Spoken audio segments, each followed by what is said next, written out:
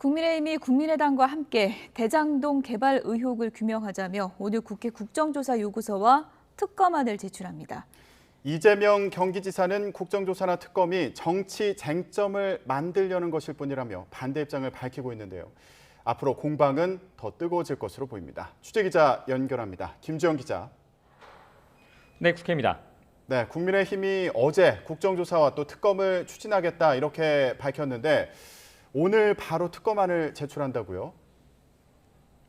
네, 국민의힘과 국민의당은 잠시 뒤 국회에 이재명 대통령 선거 예비 후보 대장동 개발 특혜 의혹 진상규명을 위한 국정조사 요구서 및 특별검사 임명 등에 관한 법률안을 제출합니다.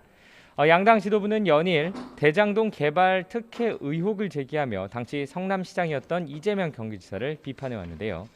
두 보수 야당은 대장동 개발이 개인에게 수천억 원의 개발 이익을 몰아준 특혜인 만큼 사업 추진 과정을 철저히 살펴봐야 하고 당시 이재명 성남시장이 개입했거나 묵인했는지도 철저히 규명해야 한다고 주장하고 있습니다. 이미 이재명 경기지사는 현재 진행되는 수사는 신속하게 진행돼야 한다면서도 특검이나 국정조사를 하겠다는 것은 정치 쟁점을 만들어 공격하겠다는 것 아니냐며 반대 입장을 분명히 했습니다.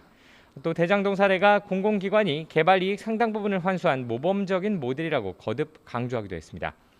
다른 민주당 대선 주자인 추미애 후보는 사실상 이재명 지원 사격에 나섰습니다. 추 전 장관은 오늘 아침 CBS 라디오에 출연해 검찰, 언론, 정치권이 대장동 의혹 사건으로 윤석열 검찰의 고발 사주 의혹을 덮으려 한다고 비판했습니다. 이어 민주당 이낙연 전 대표 측이 이 지사를 공격하면서 물타기 프레임 전환을 돕는 꼴이 됐다고 꼬집었습니다. 반면 호남 경선에서 역전을 노리고 있는 이낙연 전 대표 측은 대장동 의혹은 당에도 부담이라며 공세를 이어갔습니다.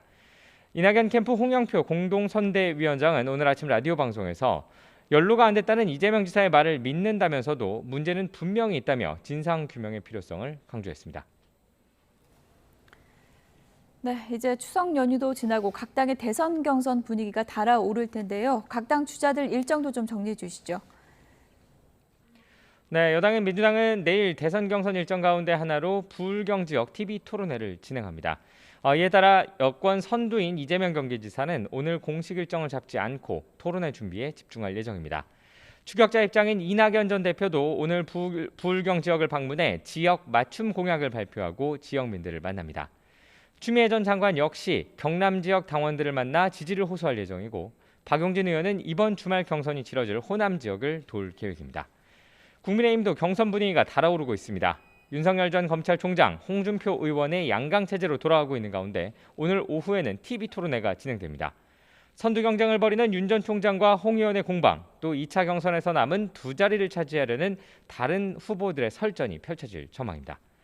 이와 함께 대선 경선을 치르고 있는 정의당도 오늘 2차 대선 주자 TV 토론회를 엽니다. 지금까지 국회에서 YTN 김주영입니다.